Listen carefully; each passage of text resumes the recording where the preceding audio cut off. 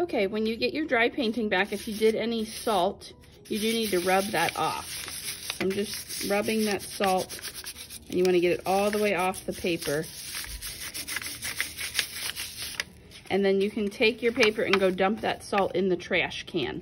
Or I'm just going to show you for the video, I'm putting it on the table, and then I'm going to rub it off into my hand so that I can throw that into the trash. If you have more to paint, you need to get your tray, the small one, underneath your art, and then get your paint supplies for your table. So I'm gonna get the color wet that I would like to use for my branch. So I'm putting water in the brown. That's what color I would like it to be. It can be any color you want. And you can see I have a puddle. So I need to paint from the puddle, and it should be see-through. That's what watercolor should look like. It should not be opaque. So I'm gonna go ahead and paint that space, taking my time to stay inside that area that I want that color. And then I'm also gonna add some other color in there with it, so I'll show you that.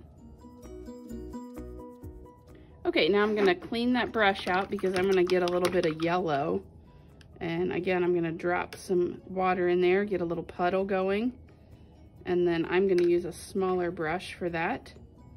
Get a little bit on there, and then I'm gonna go at the top of my branches because I want the yellow and the brown to mix together at the top of the branch. So that's kind of where the light would hit the branch and maybe make a lighter brown across the top.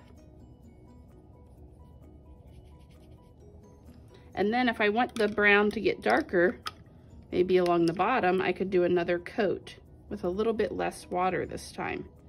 So you can see I'm making it a little darker at the bottom, and then just blending that up.